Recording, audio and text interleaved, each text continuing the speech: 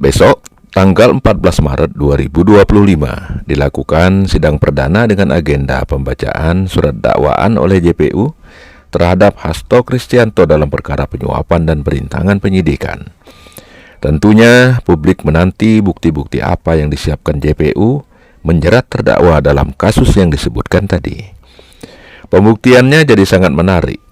Ada spekulasi kemungkinan besar KPK menyodorkan bukti petunjuk berupa percakapan melalui chat WhatsApp tentang uang suap, sedangkan fisik uangnya tidak ada dalam persidangan nanti. Jika ini maksudkan adalah uang yang ada di tangan Saiful Bahri saat OTT KPK tahun 2020, maka hal itu merupakan bagian dari fakta persidangan tahun 2020 yang sudah inkrah.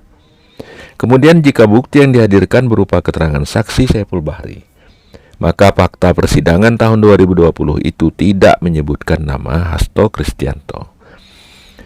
Seandainya JPU menghadirkan kembali Saiful Bahri dan menerangkan ada peran Hasto dalam peristiwa tahun 2020 itu, maka terjadi kerancuan fakta persidangan, di mana peristiwanya sama, waktunya sama, dan orangnya juga sama. Tapi keterangannya berbeda, bisa menimbulkan pertanyaan keterangan mana yang benar, dan itu menjadi resiko besar bagi saksi. Berbeda halnya jika perkara ini diungkap melalui Harun Masiku sebagai simpul utama, maka ada relevansinya dengan Hasto Kristianto. Namun sayangnya Harun Masiku tak kunjung bisa dihadirkan. Untuk menghadapi JPU dalam persidangan nanti, Sekretaris Jenderal PDI Perjuangan Hasto Kristianto bakal didampingi oleh 17 pengacara dalam sidang kasus dugaan suap dan perintangan di Pengadilan Tipikor pada Pengadilan Negeri Jakarta Pusat. Hal tersebut diumumkan oleh Ketua DPP PDIP Roni Talapesi dalam konferensi pers yang digelar di kantor DPP PDIP pada Rabu 12 Maret. Satu di antaranya adalah mantan juru bicara KPK, Febri Diansah, yang tampak mengenakan kemeja batik lengan panjang. Selain Febri, Roni juga memperkenalkan Arman Hanis. Lalu ada Bobi Rahman Manalu yang juga ikut dalam jajaran tim hukum Sekjen PDIP. Roni mengatakan, Febri akan berperan sebagai koordinator juru bicara tim hukum Hasto. Febri ini dulu dikenal sebagai seorang pengacara dan juga aktivis anti korupsi Indonesia sebelum dia menjabat juru bicara KPK. Pria kelahiran Padang 1983 ini adalah alumni Universitas Gadjah Mada. Dalam sebuah jumpa media, Febri mengatakan, "Saya jadi advokat itu sejak sebelum masuk KPK. Sejak 2012, saya sudah disumpah sebagai advokat, dan itulah profesi yang saya jalankan hingga saat ini. Saya pamit dari KPK pada Oktober 2020 dan kemudian secara full sebagai advokat."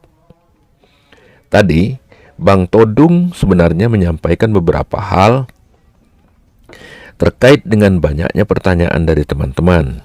Kenapa kemudian katakanlah Bang Todung adalah tokoh anti korupsi, kemudian menangani kasus korupsi?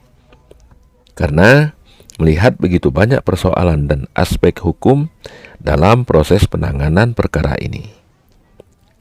Selanjutnya Febri menambahkan, dari substansinya, kami masuk ke dalam tim hukum untuk proses persidangan perkara pokok ini.